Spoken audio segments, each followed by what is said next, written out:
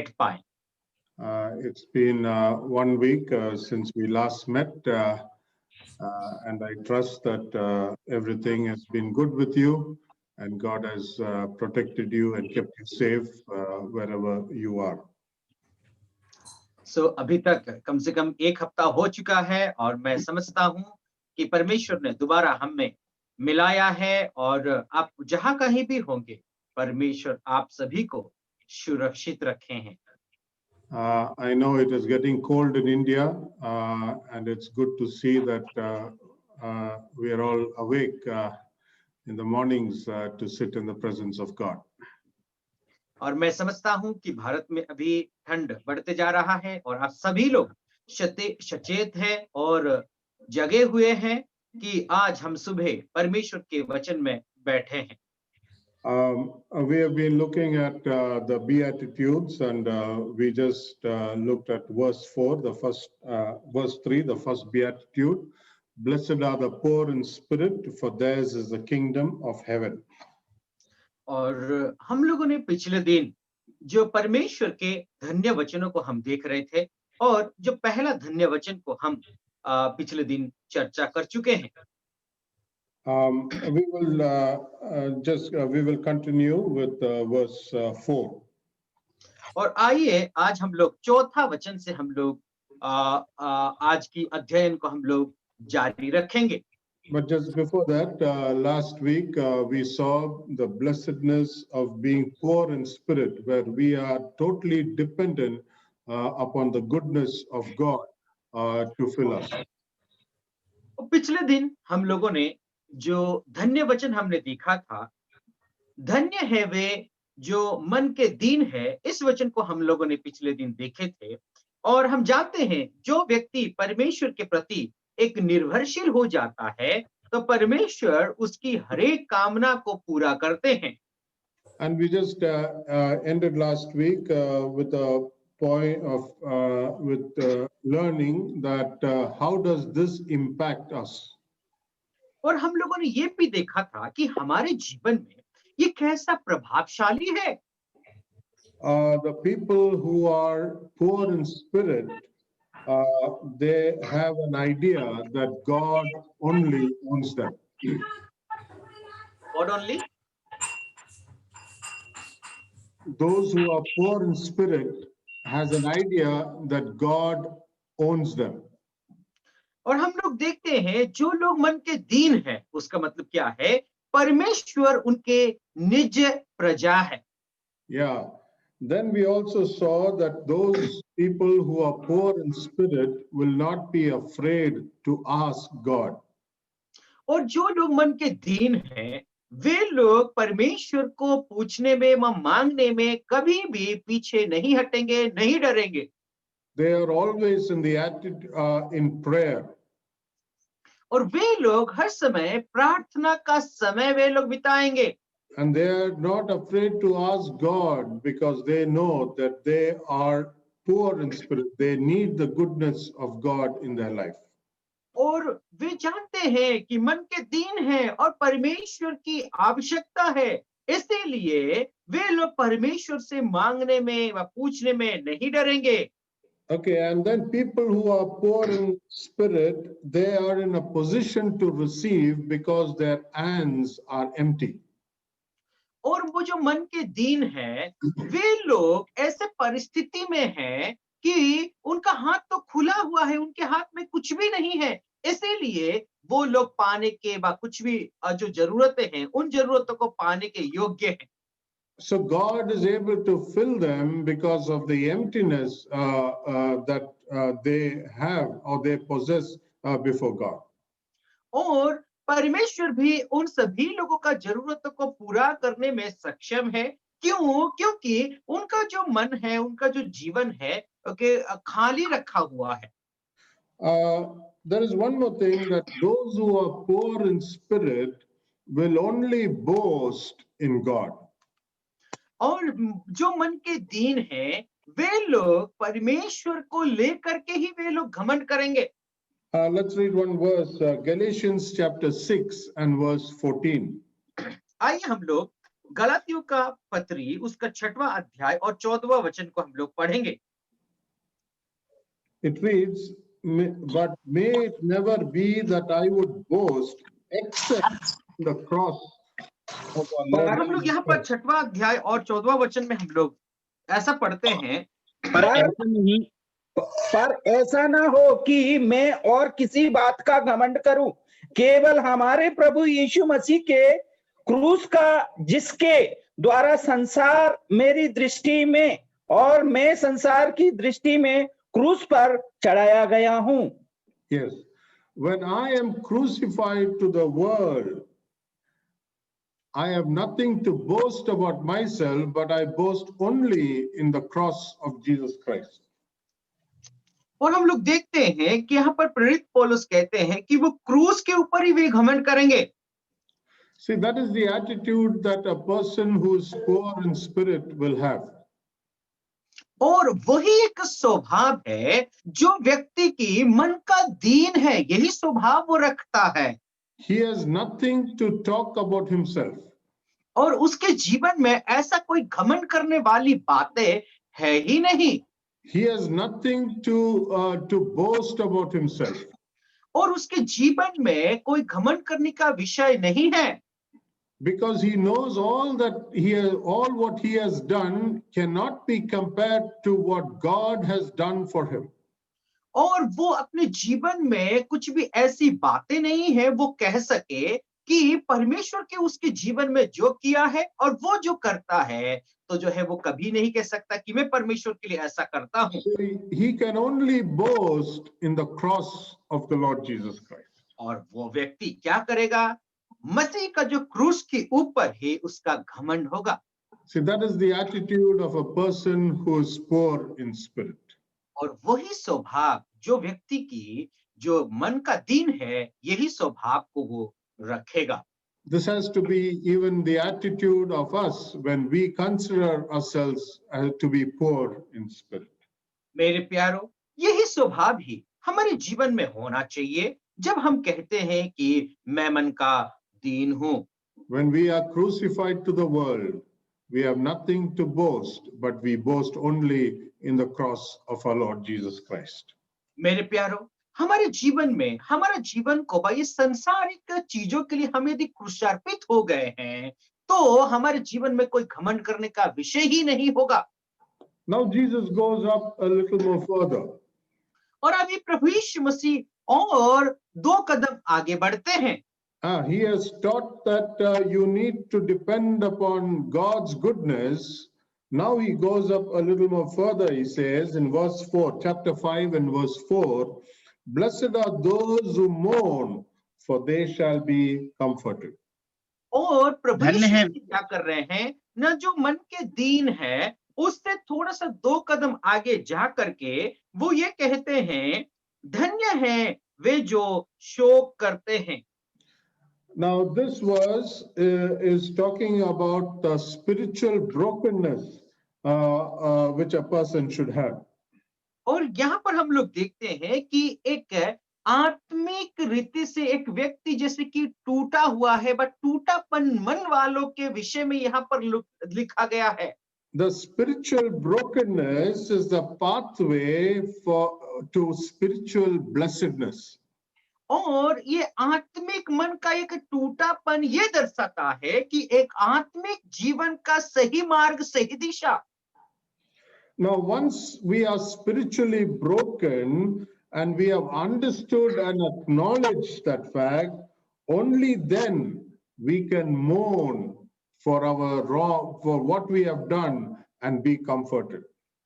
जब हम आत्मिक मन में टूटे हुए हैं या फिर हमारा जो आत्मिक मनसा है वो यदि बहुत नम्र और दीन होकर के यदि पिसा हुआ है, ऐसे वक्त में ही हम लोग क्या करेंगे? ना शोक कर सकते हैं, और वो शोक करने वक्त को करेंगे तो हमारे जीवन में शांति मिल सकता है। Okay, there are 3 types of sorrow that we can see.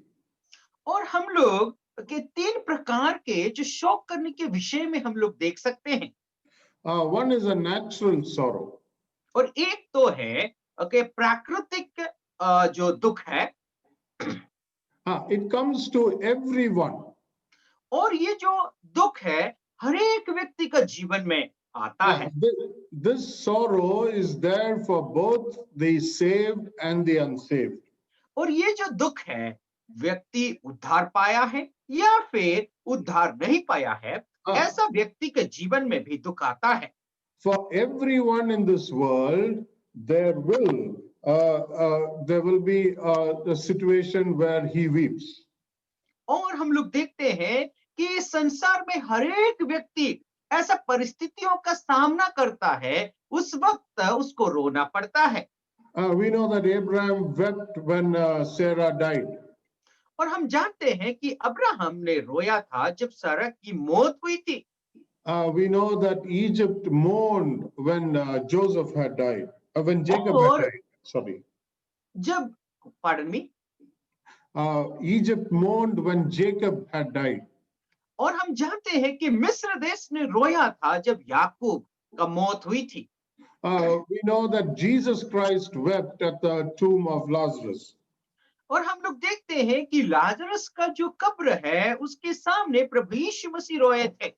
We read in the book of Acts when Paul he said farewell to the church at Ephesus, they wept. They wept. और हम लोग जानते हैं कि एफिसियों का कलीसिया को छोड़ते वक्त जो है प्रेरित पौलुस जब छोड़ रहे थे, उस वक्त एफिसिया के लोग भी जो है रोए थे। So this natural sorrow, this natural weeping is not wrong. और जो है जो प्राकृतिक तौर पर कई बार प्रकृति की देन है, ऐसा जो रोना कोई गलत बात नहीं है। It is a gift from God. और ये जो रोने वाली एक चीज है वो परमेश्वर का दिया हुआ एक दान है। And we all grieve and we all sorrow, we all weep when we go through different situations. और हम लोग सब लोग रोते हैं जब विभिन्न प्रकार के परिस्थितियों का हम लोग जो सामना करते हैं, ऐसे वक्त में हम लोग रोते हैं। Because this weeping and this mourning, the natural weeping and the natural mourning is an expression of love. और ये जो प्राकृतिक तौर पर हमारे जीवन में आमतौर पर जो रोना आता है, उसका मतलब ये है कि हम प्यार करते हैं। See, when we are totally emotional, when we are completely emotional, we weep. और जब हम जो कि एक इमोशंस में आ जाते हैं या फिर कोई के बातों में हम लोग दुख लगता है या फिर कोई परिस्थितियों का सामना हम लोग करते हैं, उस वक्त हम लोग रोते हैं। So there is a natural sorrow. और उसका मतलब एक प्राकृतिक तौर पर एक रोने वाली बात को हम लोग देख सकते हैं। And this sorrow is not only for the believers, you can see it even for the unbelievers too. और ये रोना जो है केवल विश्वासियों का जीवन में ही नहीं बल्कि अविश्वासियों का जीवन में भी हम देख सकते हैं। Then there is an unnatural sorrow. और हम लोग देखते हैं कि एक अप्राकृतिक जो दुख है उस बात को हम लोग देखते हैं।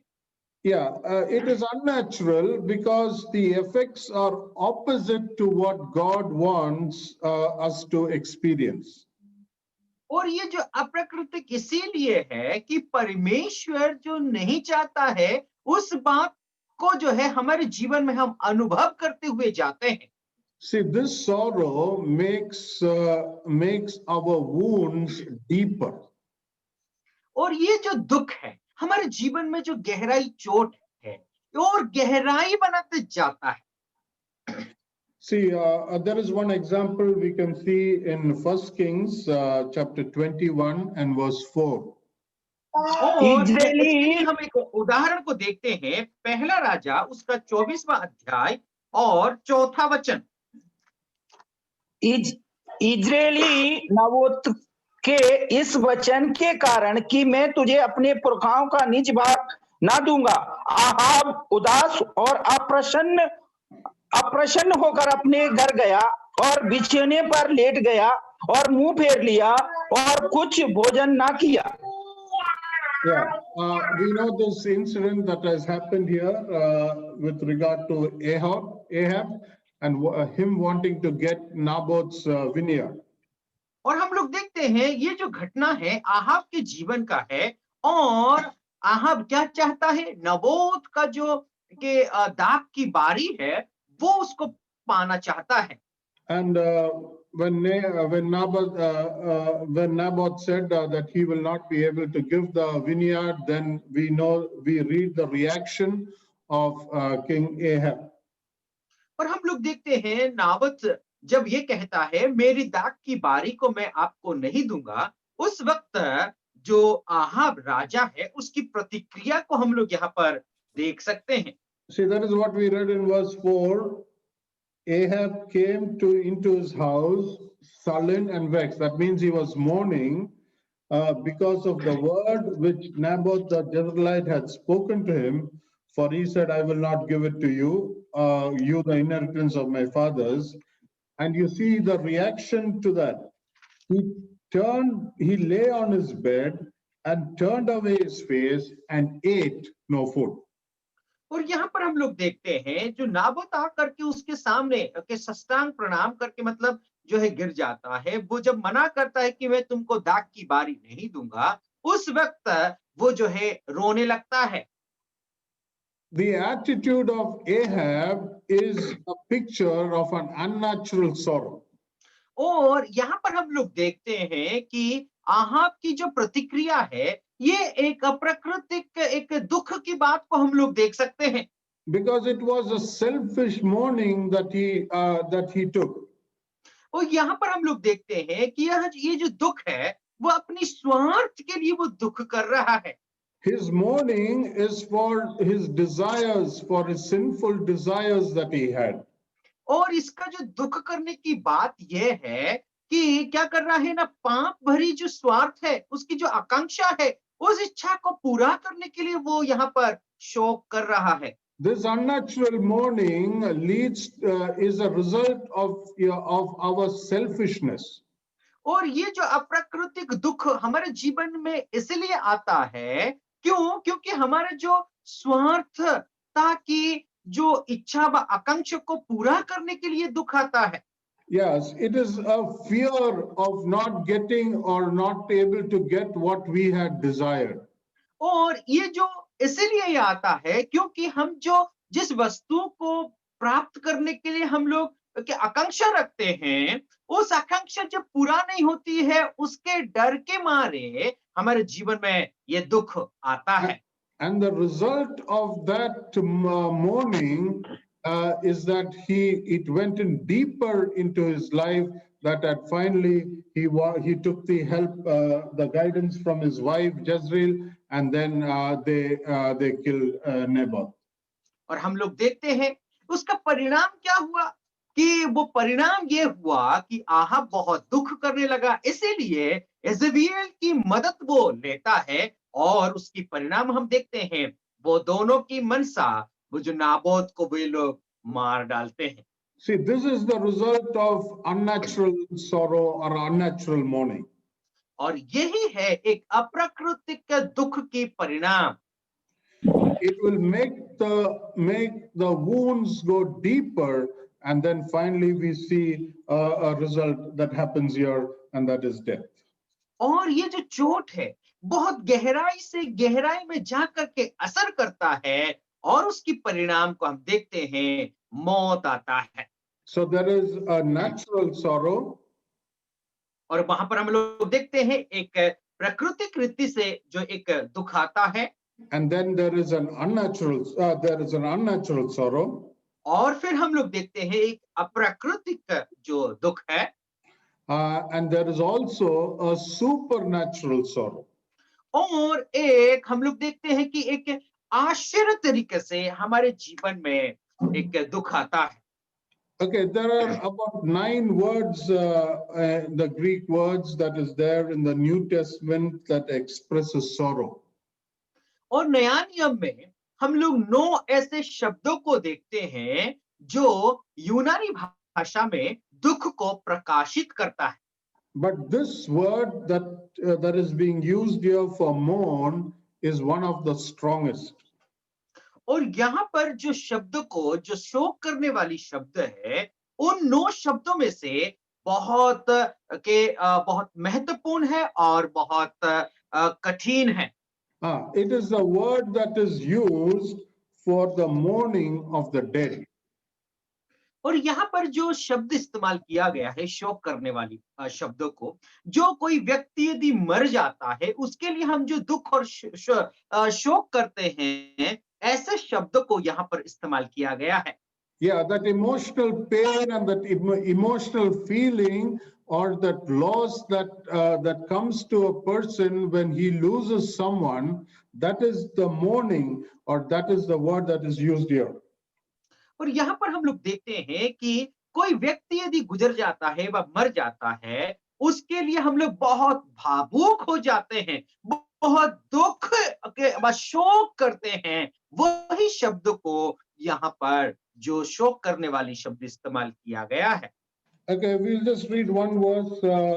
I mean, we know that when Joseph was sold to those slave merchants and taken to Israel, to Egypt, and Joseph's brothers came back to Jacob, and when they told him, Jacob's reaction.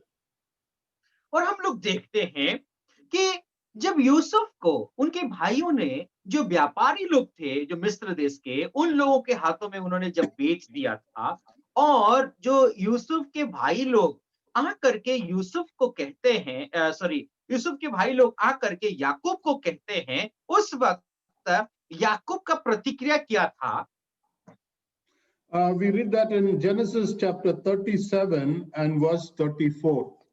और उस वचन को हम लोग उत्पत्ति उसका 37वां अध्याय और 34वां वचन में हम लोग देख सकते हैं। So Jacob tore his clothes and put sackcloth on his loins and mourned for his son many days. और याकूब ने क्या किया था? पढ़िए। तब याकूब ने अपने वस्त्र फाड़े और कमर में टाट लपेटा और अपने पुत्र के लिए बहुत दिनों तक विलाप करता रहा। Yes, he mourned for many days. और उसने क्या किया है? बहुत दिनों तक जो है वो विलाप करता रहा, शोक करता रहा। See, that is the mourning that he had when he came to hear that his son was dead. और वही एक शोक को व विलाप करने वाली बातों को हम देखते हैं जब उसने अपना बेटा मर गया है करके इस खबर को उसने जब सुना था। But we know that Joseph was not dead. और हम जानते हैं कि यूसुफ जो है मरा नहीं था। But what Jacob experienced, or he wanted to show that when he heard that Joseph was dead, he mourned for his son for many days. और हम देखते हैं कि उसने जब सुना कि यूसुफ मर गया है तो काफी दिनों तक वो शोक करता रहा। So this mourning is talking about the repentance towards sin. और ये जो शोक करने वाली बात है, पापों से पश्चाताप करने के विषय में बताता है। And the result of the supernatural activity or the working of God in our life. और ये क्या होता है ना, ये शोक करने का मतलब ये है परमेश्वर आपके और मेरे जीवन में अद्भुत तरीके से काम करता है, उसकी वजह से हम परमेश्वर के और पश्चाताप करके मन फिराप करके आते हैं। See, a man of God, Spurgeon, has said like this. Spurgeon, a man of God, has told like this.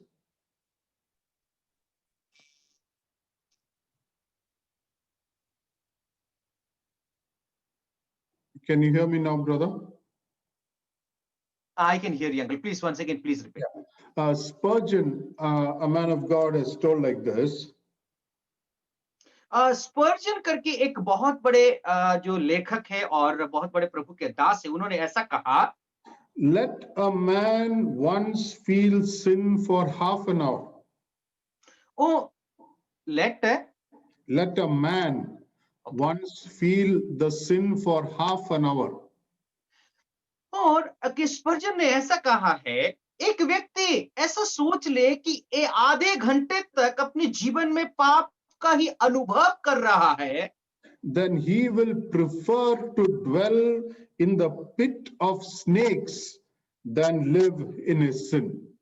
और यदि आधे घंटे तक वो ऐसा महसूस करे कि मैं पाप में जी रहा हूं, तो उसके मन में एक ख्याल आएगा, नहीं नहीं, मैं जो है सांप है, जहां पर सांप की जो भीड़ है, वह झुंड है, वहां पर मैं रह जाऊंगा, लेकिन पाप में मैं जीवन नहीं बिताऊंगा, ऐसा ख्याल उसके जीवन में आएगा। See, that is the attitude of a person who is mourning for his sin. और मेरे प्यारो, जो व्यक्ति पाप के लिए ऐसा शोक करता है, ऐसे प्रतिक्रिया उसके जीवन में आना चाहिए। See, this is the result of the first beatitude, what we saw. और मेरे प्यारो, जो पहले जो धन्य वचन को हमने देखा था, उस धन्य वचन का परिणाम यह है। See, in the first beatitude, we saw that we are totally bankrupt and that we need God's goodness in our lives. और हमने देखा था कि जो पहला जो धन्य वचन को हमने देखा था, वो धन्य क्या है, हम लोग जो है पाप में के फंसा हुआ या फिर एक खाली मन सा था। There are 4 ways for us to react to the first beatitude. और 4 प्रकार के ऐसे रास्ते हैं, बात तरीका है उस पहला जो धन्य वचन के बारे में हमारे जीवन में प्रतिक्रिया हम दिखा सकते हैं। See, the first one is that we deny that there is something known as spiritual bankruptcy or spiritual need that we have that exists. और हम लोग उसके वजह से हम लोग पहली चीज को हम लोग समझ सकते हैं, वो क्या है ना, हमारे जीवन में एक आत्मिक खालीपन को हम लोग देख सकते हैं। Okay, we see that it does not exist, and so we can depend upon and we can live on our own strength. और कभी कभार ऐसा होता है कि नहीं नहीं, मेरे जीवन में कोई आत्मिक खालीपन है नहीं, इसीलिए अपने ऊपर ही हम लोग निर्भर करके हमारा जीवन को हम व्यतीत करने के लिए कोशिश करते हैं। Okay, there is a second attitude that we can have to the first beatitude. और जो है जो पहला धन्य वचन है, उस धन्य वचन में दूसरा प्रतिक्रिया हमारे जीवन में हो सकता है, We can admit that we are spiritually bankrupt. और हम लोग ये तो मान तो लेते हैं कि आत्मिक जीवन में हमारे खालीपन है, But we are trying to change it on our own strength. और उस खालीपन को हम लोग क्या करते हैं, हमारा बुद्धि, हमारे बल से जो है उसको परिवर्तन लाने में हम कोशिश करते हैं। See, the first one, we use our strength to pretend that there is no bankruptcy, there's no spiritual need that we have. और पहले हम करते हैं कि हमारे बल और बुद्धि को प्रयोग करके हम ये दिखाने के लिए कोशिश करते हैं कि मेरे जीवन में आत्मिक रीति से कोई खालीपन नहीं है। Here we are trying to change it on our own. और यहाँ पर दूसरे भाग में हम लोग देखते हैं कि हमारे खुद की बल और बुद्धि से उसको परिवर्तन लाने के लिए भी हम लोग कोशिश करते हैं। And thirdly, we see that we admit the need, but we continue and then finally we give up. और हम लोग क्या करते हैं कि हम ये तो मान तो लेते हैं मेरे जीवन में आत्मिक कमियां हैं, लेकिन फिर बाद में कि क्या करते हैं, कोशिश करते करते और फिर बाद में चलो छोड़ो, मेरे से नहीं होता है, ऐसा करके हम लोग छोड़ देते हैं। Yeah, this is the sorrow of the world. और यही है कि ये संसारिक जो है दुख और शोक करने वाली बात, And this leads to death. और इसी के वजह से जो है क्या करता है ना, मौत के दिशा के ओर ले जाता है। And our attitude to the first beatitude is that we admit that we are spiritually bankrupt, and then we see ourselves and we see that there is that we need a God, we have a godly sorrow, and that will lead to repentance. मेरे प्यारों, ये जो आखिरी बात है, वह चौथी बात यह है, हम ये मान लेते हैं कि मेरे जीवन में आत्मिक कमियां हैं। इस आत्मिक कमियों के वजह से हमारे जीवन में ये हम मानते हैं कि एक महान परमेश्वर है, वो मन में महान परमेश्वर मेरे जीवन में कार्य करे, इसीलिए हम शोक करते हैं। And that is why we can turn to God for what we need. इसीलिए हम परमेश्वर की ओर हमारा मन लगाते हैं, क्योंकि हमारे जीवन में ये जो बहुत बड़ी एक जरूरत है। 2 Corinthians chapter 7 and verse 10. दूसरा कुरिन्थियो उसका 7वां अध्याय और 10वां वचन। क्योंकि भक्ति का शोक ऐसा पश्चाताप उत्पन्न करता है जिसका परिणाम उद्धार और फिर उससे पछताना नहीं पड़ता, परंतु संसारिक शोक मृत्यु को उत्पन्न करता है। Okay, the repentance or the sorrow of this world produces death. But we और know क्या that करते हैं ना, सांसारिक शोक का जो परिणाम है मौत को पैदा करता है। But the will of it reads that the sorrow that is according to the will of God produces a repentance. और लेकिन परमेश्वर के इच्छा के अनुसार यदि हम लोग शोक करते हैं तो बहुत बड़ी पश्चाताप को उत्पन्न करता है। And what does that repentance? It leads to salvation. और वो पश्चाताप किसकी ओर ले जाता है? उद्धार की ओर ले जाता है। And that is, it leads to life. और वो उद्धार किसकी ओर ले जाता है? जीवन की ओर ले जाता है। See, the repentance, the sorrow of this world is regret and remorse. और यदि संसारिक रीति से यदि आप पश्चाताप करेंगे तो वो क्या है? बहुत सारे ऐसे दुख और शोक को लाता है। See, when we regret for something, we are feeling sorry. और जब हम थोड़ा सा के संसारिक रीति से के जो पश्चाताप करते हैं या फिर हम लोग ये महसूस करते हैं कि किसी चीज के लिए हम पश्चाताप करते तो अरे मुझे गलती हो गई, मुझे गलती हो गई, ये महसूस होता है। Okay, that is there only in our mind. और वो क्या होता है? जो थोड़ा सा दुख करने वाली बात सिर्फ हमारे मन में ही होता है। Okay, when we show remorse, जब हम उसके लिए जो है पश्चाताप तो हम लोग करते तो हैं, बस दुख करते हैं। it comes from the mind, it goes into our heart. और वो दुख कहां से? हमारे मन से आता है और हमारे दिल में जाता है। We sense a deep, or we show a deep sense of guilt, or we feel shameful. और हम लोग क्या करते हैं? थोड़ा सा जो है हमको क्या है ना गिल्टी महसूस होती है और फिर बाद में हम लोगों को शर्मिंदा सा लगता है। We look at the sin and the consequences that the sin will have. और हम लोग देखते हैं कि जो पाप का जो परिणाम है उस चीज जो है हमारे जीवन से आता है। And then there would be some reaction that we will do. और उसके बाद हम लोग कुछ कार्य को व प्रतिक्रिया को हम लोग हमारे जीवन में प्रदर्शित करेंगे। Okay, an example of that is Judas. और हम लोग देखते हैं कि इस्करियत जो यहूदा है उसके जीवन से हम लोग इस बात को समझ सकते हैं। When he betrayed Jesus Christ, he felt remorse, he felt sorrowful, he felt shameful, and then he resulted in going and committing suicide. मेरे प्यारों, हम देख सकते हैं कि जो है इस्करियत यहूदा, उसने प्रभु यीशु मसीह को जब उसने बेच दिया उसके बाद उसको जो है दुख हुआ, उसने पश्चाताप किया, फिर बाद में दुख व शोक करने के बाद वो जा करके अपने आप को जो है मार डाला व आत्महत्या कर लिया। Then we have the repentance. और उसके बाद हम लोग देखते हैं कि पश्चाताप। Repentance, it looks beyond the sin, it looks to Calvary. और ये जो पश्चाताप है पाप से बढ़कर के है, पाप को नीचे दिखा करके उसके बढ़ करके वो सोचता है और वो पश्चाताप वो क्रूस की ओर व काल्वरी की ओर ले जाता है।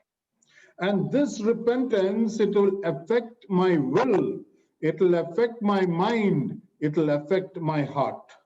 और वो पश्चाताप मेरे मन को प्रतिबाधित करता है, मेरे मन को आघात करता है, मेरे जीवन को आघात करता है। And when we have this repentance, when we show repentance, it is, or when we have this godly sorrow, it will show repentance in our life. मेरे प्यारों, जब हम भक्ति भरा जो शोक को करते हैं, ये जो शोक क्या करेगा ना, हमारे जीवन में पश्चाताप को लाता है। See, the example that we can say is about Peter. और हम लोग जानते हैं उदाहरण स्वरूप पतरस का जीवन में, When Peter denied Jesus Christ and Jesus Christ looked at him, and when he realized that what he had done is wrong, we read that he went and wept bitterly.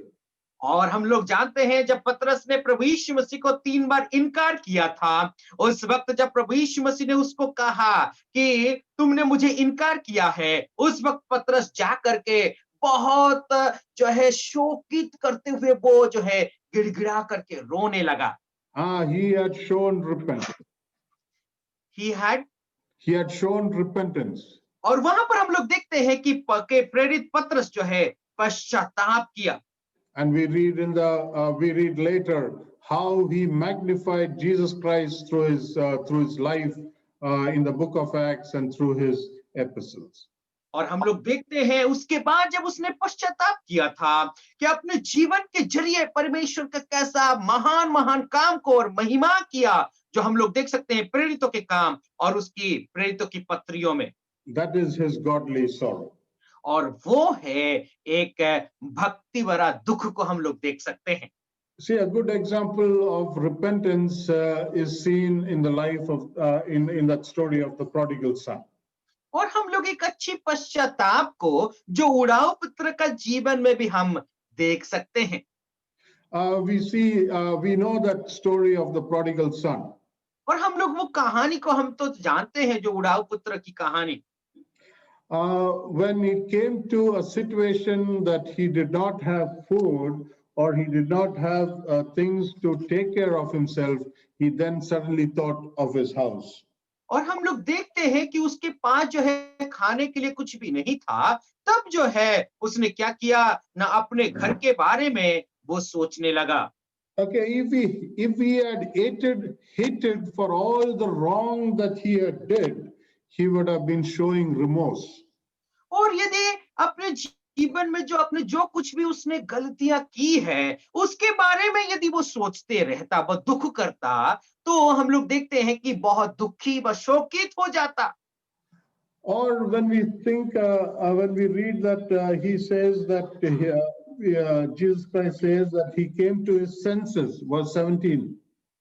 और 17 वचन में ऐसा लिखा गया है कि वो जो है क्या किया ना, वो सोचने लगा और फिर बाद में मतलब उसके घर के बारे में याद आई। Yeah, so when he came to his senses, when he started thinking of his home, if he had just sat there, then he would have been showing regret.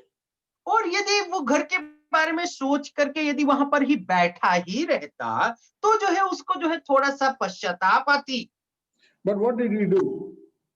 लेकिन उसने क्या किया? Luke chapter 15 and verse 18.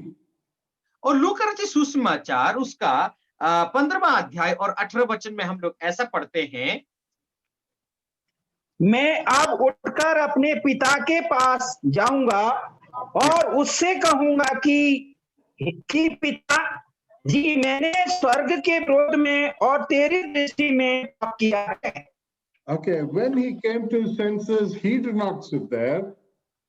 और जब वो अपने मन में मतलब वो सोचने लगा, या फिर हम लोग देखते हैं कि उसके मन में ये याद आई, तो उसने वहां पर बैठा ही नहीं रहा। He did not think, or he did not hate himself for the wrong that he did. और वो अपने आप को जो है कि नफरत नहीं किया कि वो उसने गलती की है। We read that he got up. I will get up. He decided, I will get up and go to my father. और उसने अपना मन में ये तय किया कि मैं उठ करके मेरे पिता के पास में जाऊंगा। See, that is true repentance. और वही एक सच्ची जो मन फिराप को हम लोग देख सकते हैं। And this is what we speak during when we use this passage to speak at gospel meetings. और हम लोग जो सुसमाचार सभाओं में जब हम सुसमाचार प्रचार करते हैं, इस पश्चाताप के बारे में हम जो है बताते हैं, It is not only for the unbelievers, even for the believers, this is the attitude that we must have, that I और will ये जो है get up and go to my Father. और ये जो सोच है, ये जो स्वभाव है, केवल विश्वासियों के जीवन में नहीं, अविश्वासियों के जीवन में नहीं, हर एक विश्वासियों का जीवन में होना बहुत आवश्यक है। वो ये सोचे कि मैं उठ करके मेरे पिता के सामने में जाऊं, Not to have regret or remorse, but a true repentance in our life. और जो है एक पछतावा ना हो करके, दुख करने वाली बात ना हो करके, एक सच्चा मन फिराव का सोच हमारे जीवन में होना चाहिए। A true repentance where I will go back to my Father. और एक सच्ची जो मन फिराव होता है, मैं मेरे पिता के पास में जाऊंगा। A true repentance where I will now live with my Father and do all what He says. और एक सच्ची मन फिराव ये होगा कि मेरे पिता के पास जाऊंगा और मेरे जीवन को जो है सही तरीके से मैं गुजारूंगा, व्यतीत करूंगा।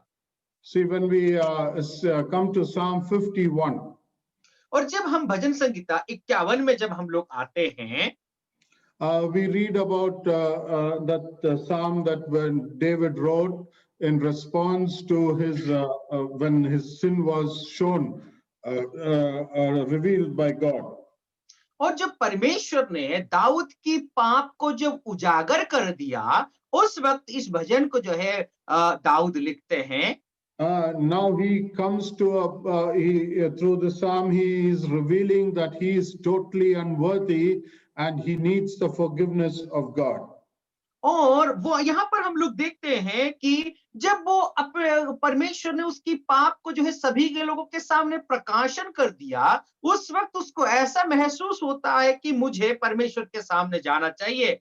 See, what David is now trying to say is that he's saying that every part of my body has to be touched by God.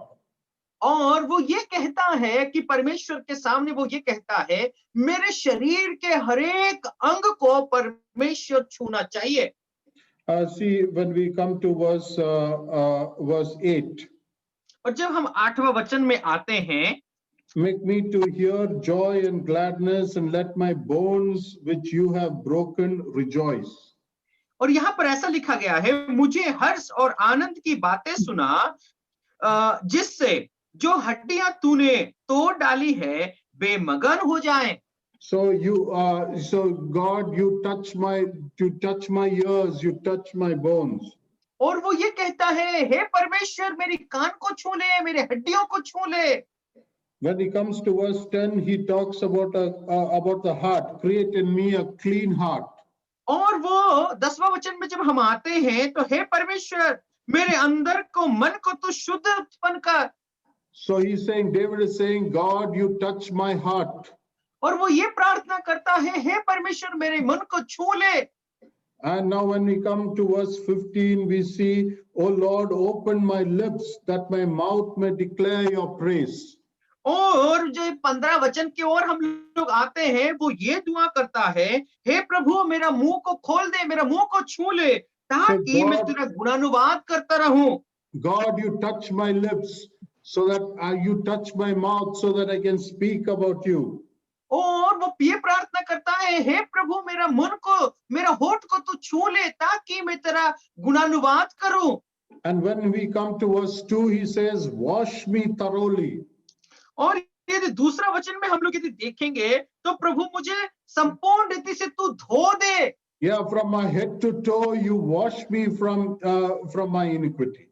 और मेरा सिर से लेकर के पांव तक तू धो दे, और मेरा जो अधर्म है उसको तू शुद्ध कर ले।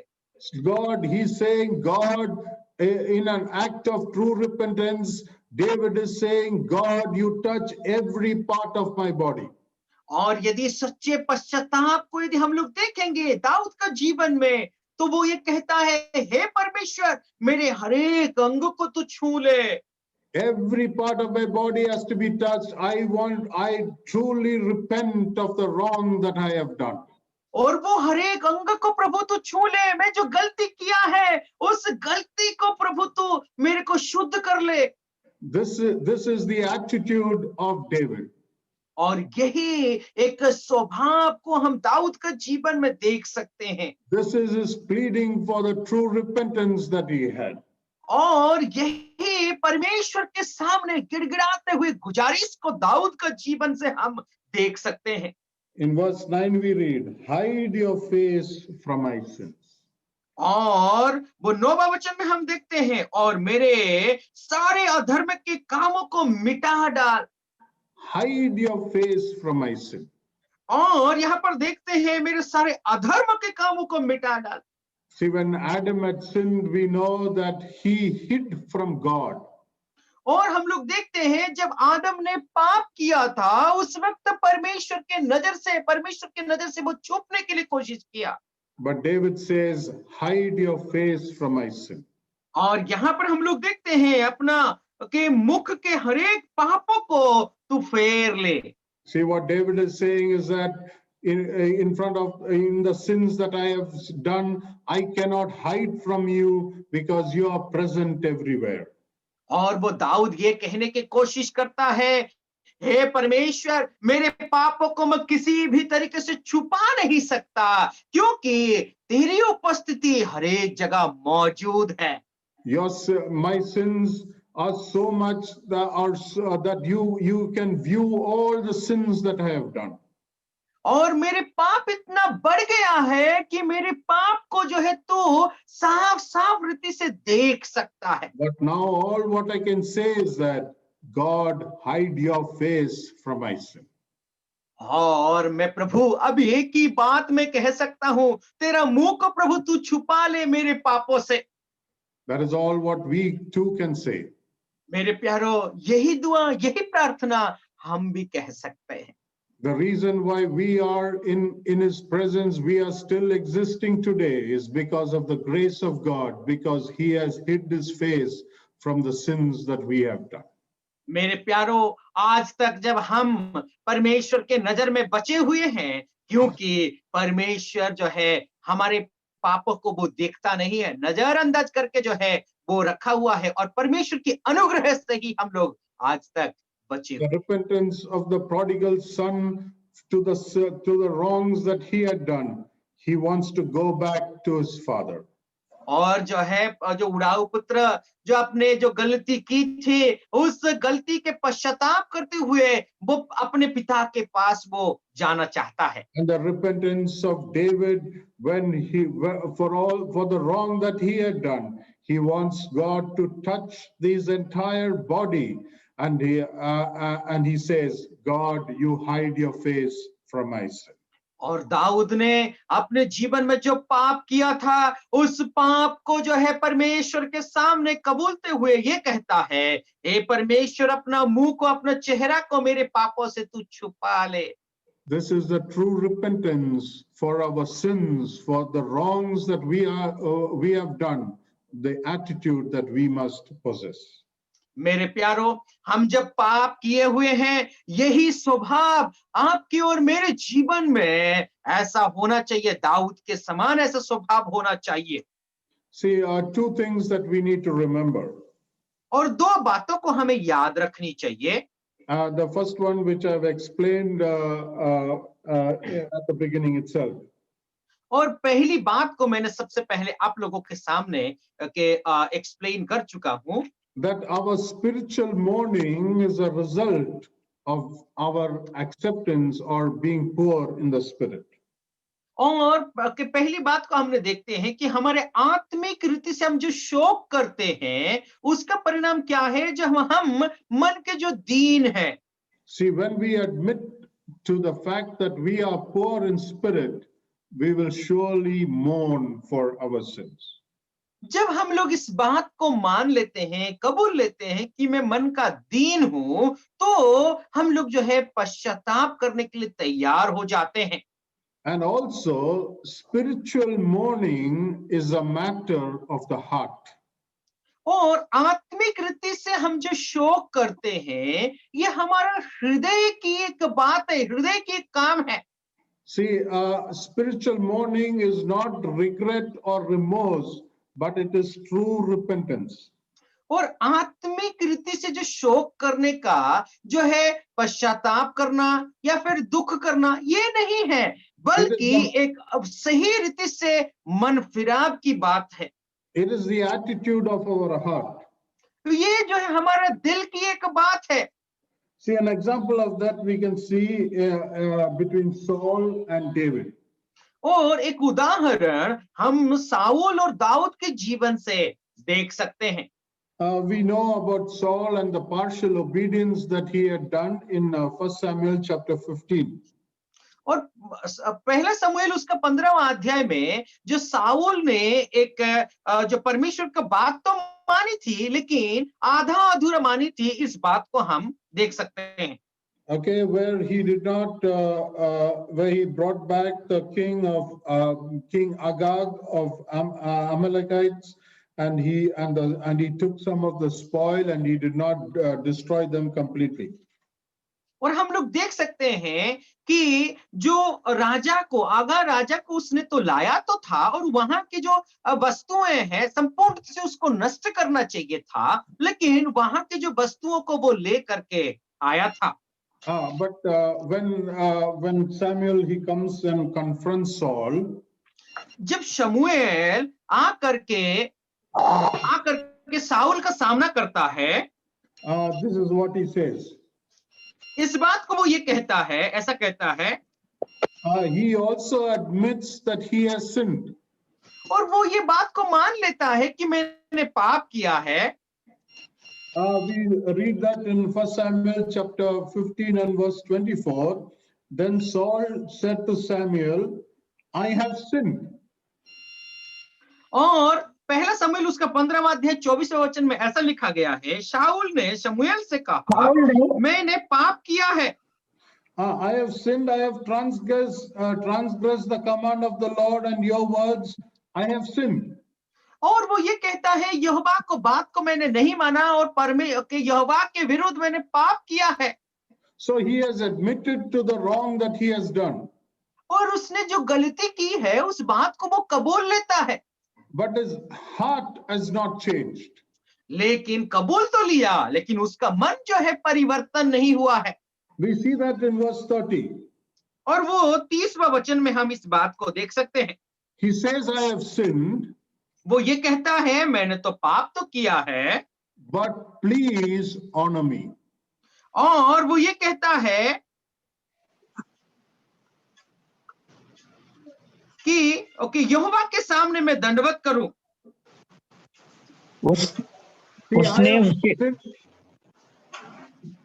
I have sinned, he says, but you honor me before the people. और वो क्या कहता है, मैंने तो पाप तो किया है, लेकिन आप जो है इस पाप को लोगों के सामने उजागर नहीं करना, सभी लोगों के सामने मुझे सम्मान दिलाना।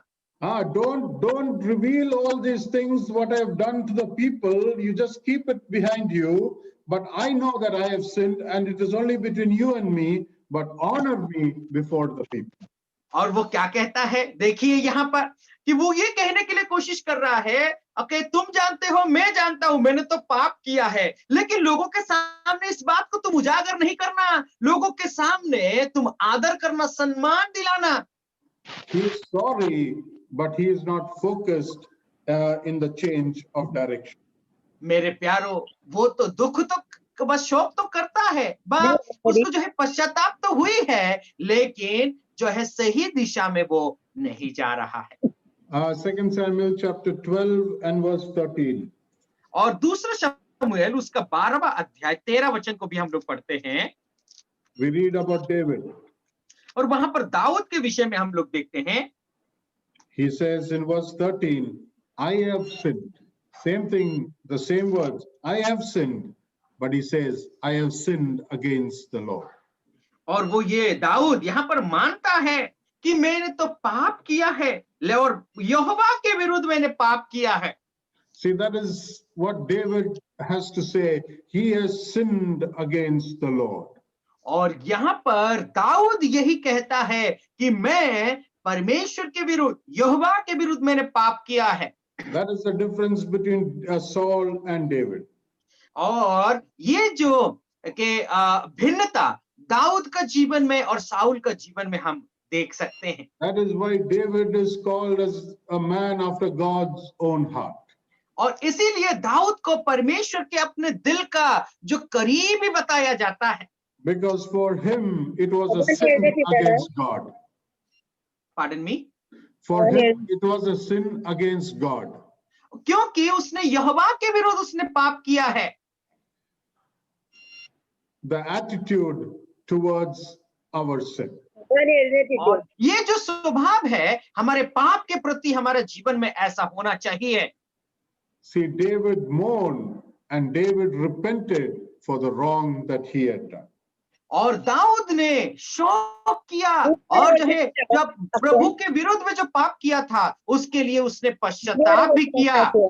That is why spiritual sorrow is an attitude of our heart. और वही चीज हम लोग देखते हैं कि जो एक आत्मिक रीति से हम लोग जो शोक करना ये एक हमारे दिल की स्वभाव को दर्शाता है। One person admitted that he had done wrong, but then he wanted honor in front of people. और एक व्यक्ति कबूल तो लिया मैंने पाप किया है लेकिन लोगों के सामने उसको सम्मान मान चाहिए। The other person, he knew that he had done wrong. He admitted to his wrong, and also we see the repentance in his life. और दूसरा व्यक्ति जो दाऊद है उसने पाप को तो कबूल लिया मान लिया और प्रभु के सामने भी जा करके वो शोक करता है। So that is why spiritual mourning is needed for us these days. मेरे प्यारो इसीलिए आत्मिक रीति से जो है रोना व गिड़गिड़ाना शोक करना हमारे जीवन में बहुत आवश्यक है। I will just read one verse and then we will close. और एक शब्द एक वचन को मैं पढ़ करके फिर बाद में हम लोग समाप्त की ओर जाएंगे। The book of Joel, chapter 2, verse 12 and verse 13. और योएल का पुस्तक उसका दूसरा अध्याय और 12 और 13वां वचन। योएल का पुस्तक उसका दूसरा अध्याय 12 और 13वां वचन। तो भी यहोवा की यह वाणी है। पढ़िए पढ़िए। तो भी यहोवा की यह वाणी है, अब भी सुनो, उपवास के साथ रोते पीटते अपने पूरे मन से फिरकर मेरे पास आओ। अपने वस्त्र नहीं अपने मन ही को फाड़कर अपने परमेश्वर यहोवा की ओर फिरो, क्योंकि वह अनुग्रहकारी दयालु विलंब से क्रोध करने वाला करुणा निधान और दुख देकर पछताने हारा है। So this is what we need to do these days. मेरे प्यारो यही काम आजकल हमारे जीवन में हमें करना चाहिए। Where God is saying, you return to me. और परमेश्वर ये कहता है मेरे और तुम आओ। Return to me not just with your mind but with all of your heart. और अपना मन से ही तुम मेरे और फिरो, ये नहीं है पूरे दिल से मेरे और तुम फिर करके आओ। And he says with fasting and weeping and mourning. और ये कैसा होना चाहिए? उपवास करके और जो है रो करके गिड़गिड़ा करके तुम मेरे पास आओ। He does not want you to rend the garments, but he wants us to rend our hearts before him. और जो है अपना वस्त्र को फाड़ने के विषय में परमेश्वर नहीं करता, लेकिन अपना दिल को फाड़ करके उसके सामने के लिए जाने के लिए परमेश्वर हमसे गुजारिश करता है। And this is what God is asking us these days. और मेरे प्यारो यही बात ही आपको और मेरे को परमेश्वर पूछता है, चाहता है। The things that is happening around the world is causing God to tell us, rend your hearts and not your garments. और आज जो है संसार में जो कुछ विकट परिस्थितियां आ रहे हैं, इस परिस्थितियों से परमेश्वर कहता है अपना वस्त्र को मत फाड़ो, अपना दिल को फाड़ करके मेरे और फिर करके आओ, ये कहता है। God is saying, rend your heart and return to me. परमेश्वर जो है ये कहता है अपना दिल को फाड़ करके मेरे और फिर करके आओ, यही परमेश्वर गुजारिश करता है। So when we are spiritually bankrupt and spiritually broken, we can come to God and for true repentance. मेरे प्यारों, यदि अपना मन से यदि सचमुच में आत्मिक रीति से हमारे जो टूटे हुए मन है, तो परमेश्वर के और हम जो है फिर सकते हैं, पश्चाताप करके आ सकते हैं। Tomorrow we will see the next part and the comfort that he gives us, and then we will go into the next beatitude. और कल को यदि प्रभु की इच्छा होगा तो अगले सत्र के और हम लोग जाएंगे कि जो दुख का, जो शोक करने का परिणाम शांति होता है, उस बात को हम लोग चर्चा करेंगे। May the Lord bless us with these words and trust that God will speak to us and help us in the coming days to lead a life of spiritual mourning. मेरे प्यारों, परमेश्वर इस वचन से हम सभी को आशीष करे, अनुग्रह करे और एक सही मसीही जीवन को के पश्चाताप करते हुए और जो है शोक करते हुए व्यतीत करने के लिए प्रभु हम सबको मदद करे। प्रभु की नाम की महिमा। Praise God. Thank you so much, dear uncle. Really, it was heart touching. It touched me also. Really, God bless you. Thank you so much. I'm privileged also to translate. Thank you. Thank you. Thank you for your translation. बहुत बहुत धन्यवाद। सुंदर